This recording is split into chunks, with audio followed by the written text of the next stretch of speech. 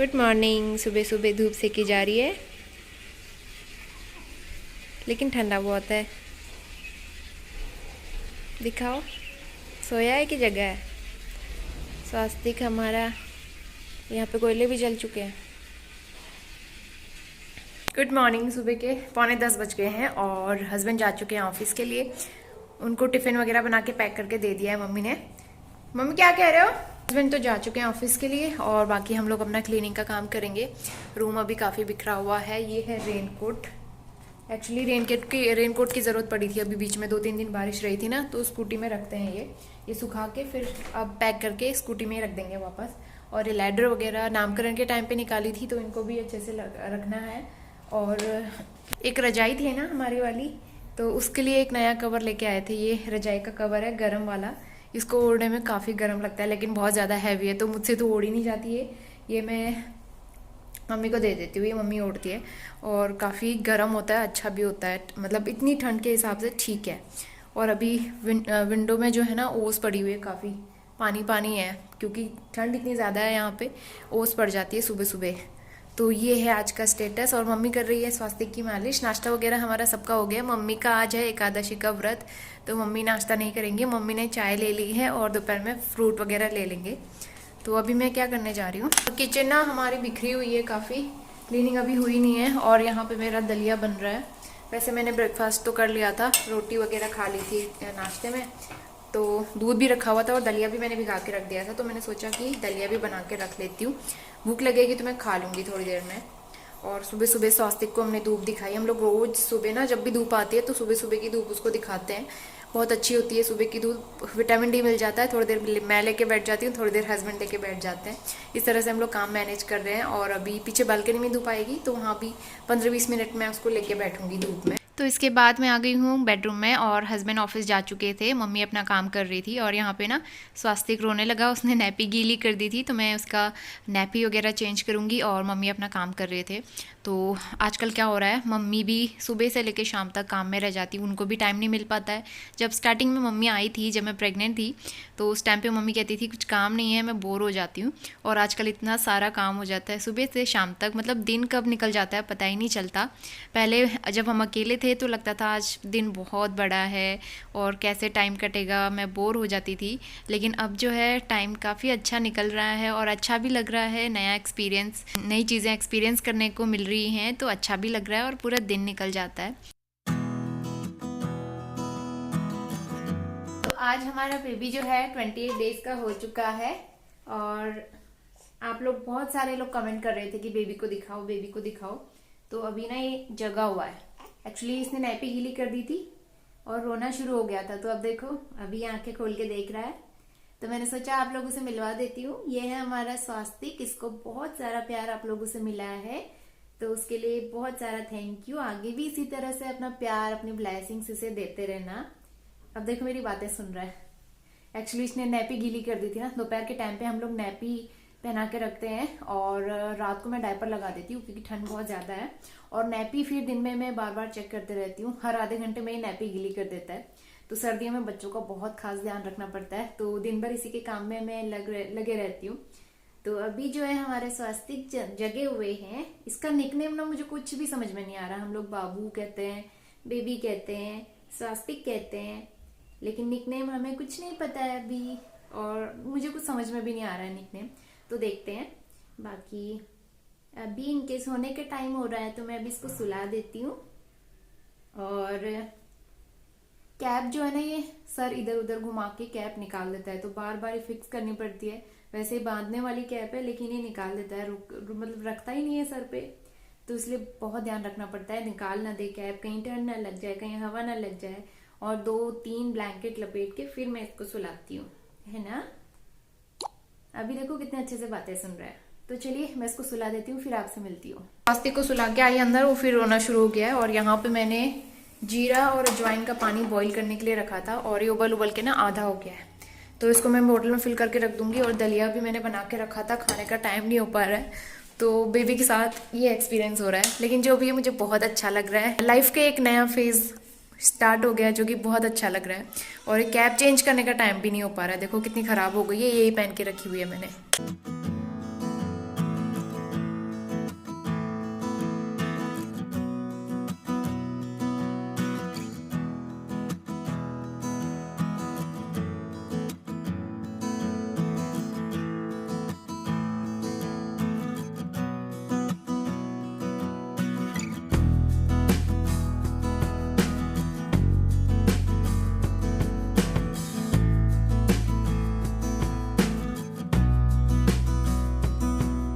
ये है मखाना, मखाना जिसको रोस्ट करके रखना है मुझे। पैकेट में ना क्लिप लगा के रख दिया था। और ये है लौंग, लौंग खत्म हो गई थी तो लौंग भी मैं फिल करके रख दूंगी इस वाले डिब्बे में। काली मिर्च तो रखी हुई है, काली मिर्च का पैकेट मैंने थोड़े दिन पहले ही खोला था तो ये रखा है। बाकी चाय का मसाला मैंने बना के रख दिया है। लौंग मुझे मिल नहीं रही थी तो अभी ये निकाल दिए लौंग, ये सब धूप में सुखा देंगे। एक्चुअली मम्मी और मैं ना साबुत धनिया देख रहे थे, साबुत धनिया खत्म हो गया था और डब्बे में पाउडर बना के रखते हैं हम लोग क्योंकि धनिया ज़्यादा लगता है। और अब जाके ये पैकेट मिला है। सारा सामान हमने निकाला बाहर, जहाँ पे मैं ग्रोसरी रखती हूँ ना उस वाले स्टोर में। सामान इतना बिखरा पड़ा हुआ है तो इस वजह से मिल नहीं रहा था और अब जाके मम्मी ने ढूंढा है। ये आधा किलो वाला 200 ग्राम है मम्मी, इसको पूरा सुखा के ना पूरा पाउडर बना के रख देंगे, इसमें आ जाएगा। और इसके बाद मुझे थोड़ा सा टाइम मिला था दोपहर में। अभी लंच वगैरह हमारा सब हो गया है और स्वास्तिक को मैंने सुलाया था अंदर। मम्मी और मैं अपना सामान वामान देख रहे थे इधर उधर और ग्रोसरी वगैरह भी चेक कर रहे थे कि अंदर क्या क्या रखा हुआ है। और धनिया वगैरह मुझे देखना था, धनिया साबुत ना ख़त्म हो गया था, उसका पाउडर बनाना था तो वो सब निकाला। और उसके बाद मुझे थोड़ा सा टाइम और मिला है अपनी अलमारी अरेंज करने का। तो आप देख ही रहे हैं कपड़े सब इधर से उधर हो चुके हैं। और ये मम्मी की साड़ी है, मैं मम्मी से कह रही थी कि यहाँ बनवा लो तो मम्मी कह रही है मैं यहाँ नहीं बनवाऊँगी, मम्मी घर पे बनवाएंगी। मम्मी का एक पर्टिकुलर टेलर है ना, मम्मी एक ही टेलर से बनवाते हैं तो होता ही है कि जिस टेलर से हम बनवाते हैं कपड़े तो उसी से अच्छा लगता है और किसी की सिलाई पसंद भी नहीं आती है।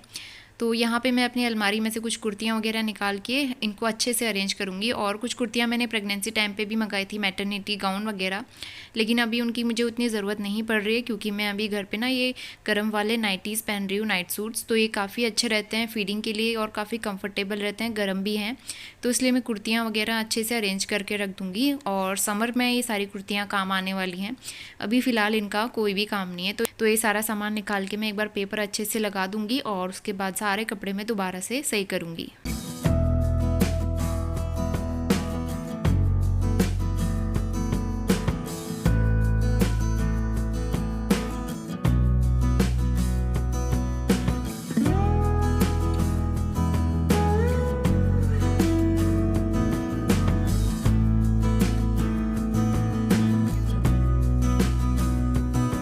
तो ये हस्बैंड की कबर्ड है, ये मैंने सेट कर दी है। और कपड़े ना सब मतलब मिक्स हो चुके हैं, समर वाले भी विंटर वाले भी सारे मिक्स हो गए हैं।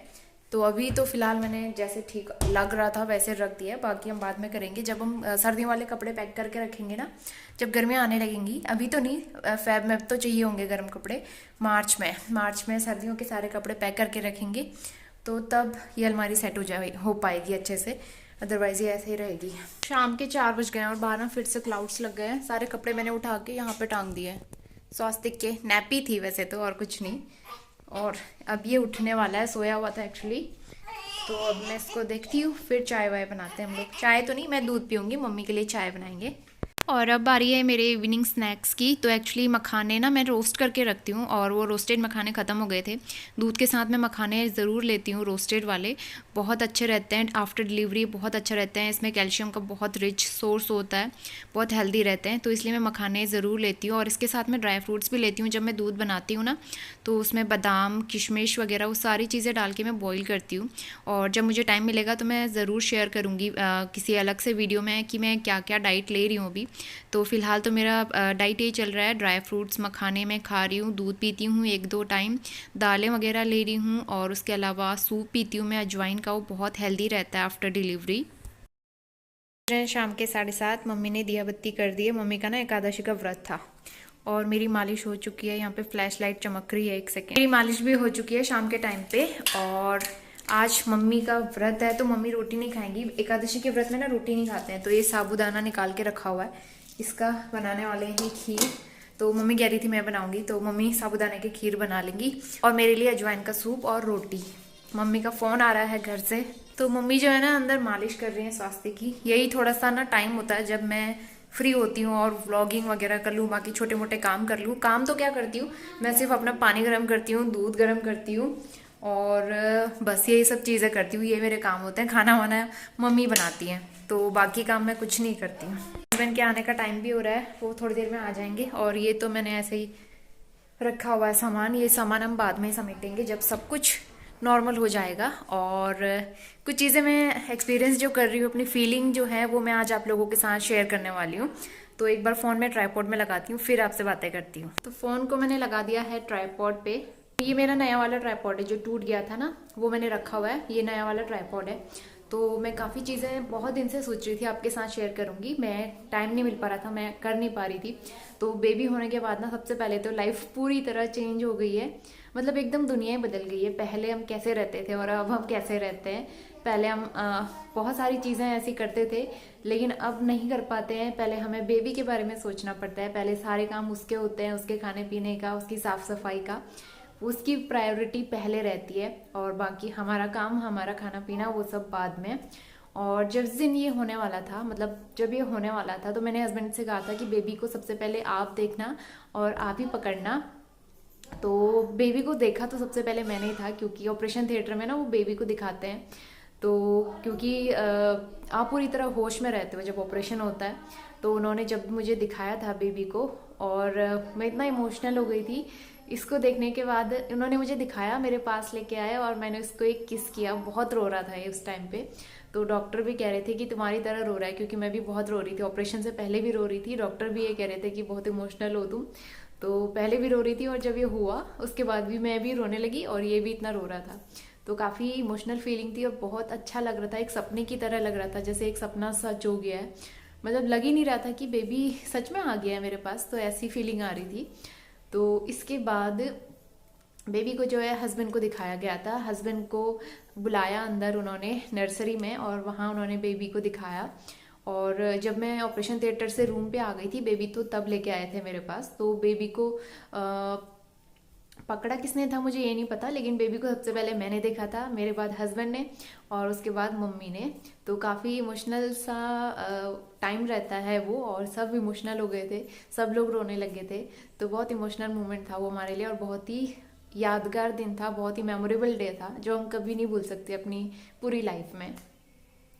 और हस्बैंड का तो अभी क्या है ना, उनको ऑफिस जाते हैं, लेकिन उनका ऑफिस में मन नहीं लगता है, उनको फ़ोटो वोटो भेजते रहनी पड़ती है। उसके अलावा वीडियो कॉल भी करते हैं कि क्या कर रहा है, सो रहा है, परेशान तो नहीं कर रहा, रो तो नहीं रहा। तो उनको फ़ोन कर करके बीच बीच में अपडेट करते रहना पड़ता है। वो भी यही कहते हैं कि आदमी आजकल मेरा ऑफिस जाने का मन नहीं करता है इसकी वजह से। तो लाइफ इस तरह चेंज हो जाती है। और जब मेरे मम्मी पापा आए थे, वो भी बहुत खुश थे, दीदी भी बहुत खुश थी। जाते टाइम सब लोग बहुत रोए थे इसको देख के। मेरी मम्मी बहुत ज़्यादा रोई थी गले लग के, क्योंकि रहता है एक इमोशनल से अटैचमेंट हो जाता है ना, तो इस वजह से। और मुझे भी बहुत बुरा लग रहा था। मैं बहुत जल्दी अपनी फीलिंग शेयर नहीं करती हूँ, और ना ही इमोशनल दिखाती हूँ इस तरीके से, लेकिन मुझे भी लगता है बहुत बुरा लग रहा था उस दिन। अच्छा नहीं लग रहा था जब मम्मी लोग गए थे। और अभी जो मम्मी है, मदर इन लॉ, वो भी कुछ टाइम बाद चले जाएंगे। कुछ टाइम तो अभी तो रहेंगे, मतलब 1-2 महीने तो रहेंगे, लेकिन कुछ टाइम बाद वो भी चले जाएंगे। तो मुझे सोच सोच के अभी से बुरा लग रहा है कि फिर हम लोग अकेले हो जाएंगे, कैसे करेंगे मैनेज, कैसे सब कुछ रहेगा। क्योंकि बेबी को ना, मैं सोचती हूँ कि सबका प्यार मिलना चाहिए, दादा दादी, नाना नानी, सबका प्यार मिलना चाहिए। और हमारा हस्बैंड की जॉब तो ऐसी है कि हम बार बार घर जा नहीं सकते। तो यही लग रहा है कि सोच सोच के कि हम कैसे करेंगे, और फिर मम्मी पापा सब लोग चले जाएंगे तो फिर कैसे हो पाएगा। तो यही सब फीलिंग्स अभी अंदर चल रही है, लेकिन अच्छा भी लग रहा है।